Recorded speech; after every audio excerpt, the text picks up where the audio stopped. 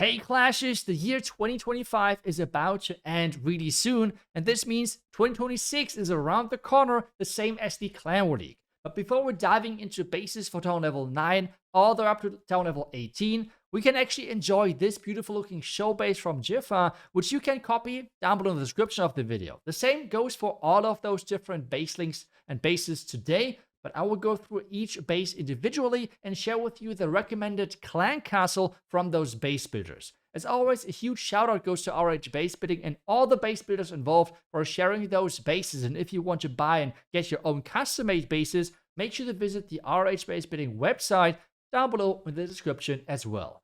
For town level 9, we have the first base built by Valley, and this one is all about as well dealing damage. And that's why we have the clan castle of 2 witches and 6 archers to spread the chaos and make sure that if you do not hit that poison, you are going to have a lot of issues. With that out of the way, let's move on to town level 10. Again, we have Valley as the base builder, and we have a really stacked core when it comes down to hit points. Because surrounding that core, we have single inferno towers, we have air defenses, we have a lot of high damage stuff to make sure that whatever enters into the core is not going to leave it for free, like for example dragons. The clan castle recommended over here is 1 super minion, then we have 2 headhunters, and then fill with archers to again have distraction, have damage, have a really all-rounder pack to make sure that you have the highest chances of defending.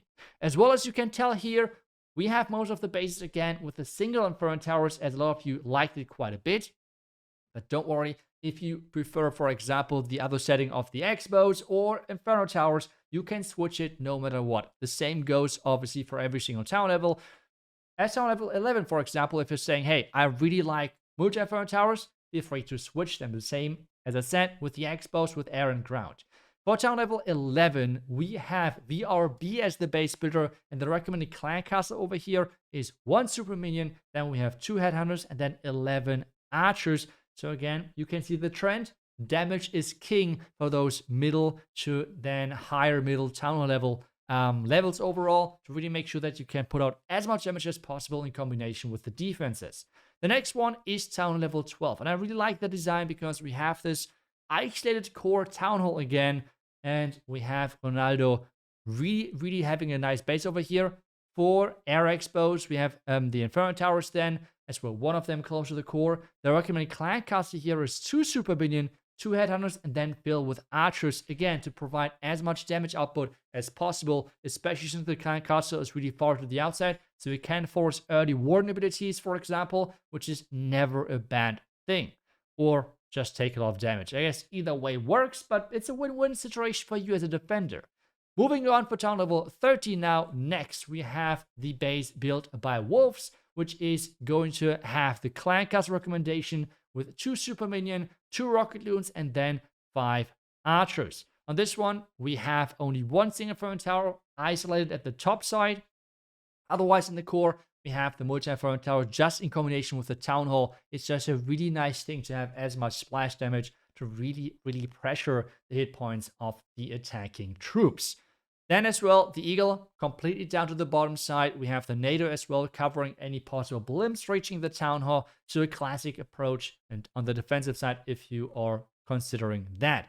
Moving on to Town Hall 14, we have Ronaldo again building another beautiful looking base, which this time again, we have the core Town Hall. We have those Inferno Towers on the back end with the single Inferno Tower setting to make sure that it's not easy to get into them. We have both sweepers pointing towards the top side, which means if someone's entering from the Eagle artillery side, it's not going to be easy to overpower their core because you have to fight those sweepers.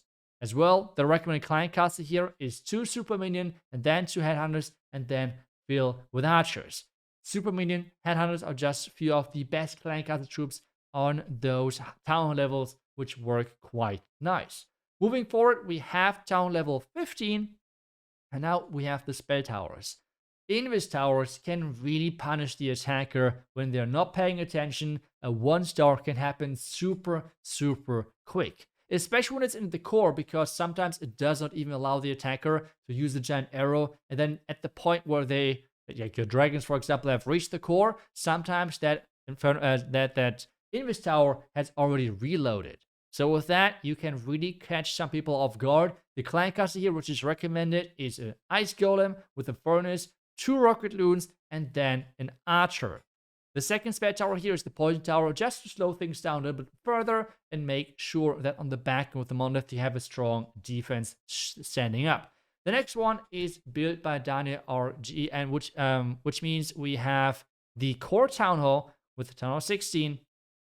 We have the clan castle, not really symmetrical, but I kind of like that. It's really throwing the attacker off. At least when I looked at the base the first time, I was like, okay, Eagle is that. Wait a second, what is the clan castle doing over there? So I really like the offset. I would call it offset clan castle here. The town hall isolated in the core, making sure that the pathing in there is not easy to get whatsoever. The clan castle recommendation here is 2 ice golems and then 20 archers to really have distraction, have tanking, because town hall 16 and higher, you have the possibility of dealing a lot of damage. So you do not always need the damage clan castle in the CC. It's more about tanking and as well distraction.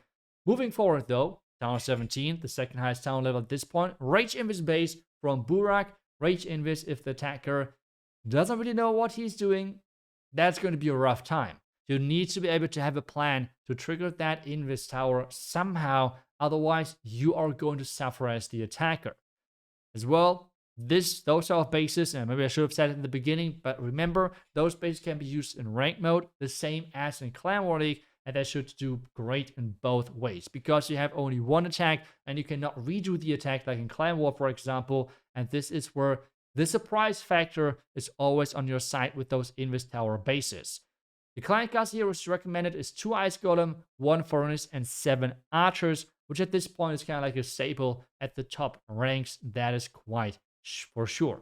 Moving on, we have the last tower level, and that is one of those toxic looking bases which we see quite a bit in high legends right now.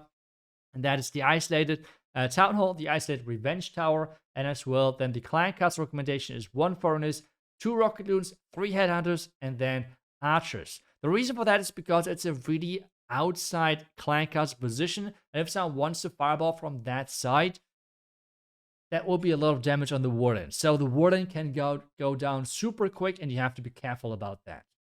And that's all of those different bases. I hope that you find some really great bases. I hope that they're going to defend great for you, especially as well with those toxic, like this town base. I do not want to find that on Legends. I mean, that just looks way too annoying. So I hope that they're going to defend great for you in ranked, or for example in your Clan War League seasons.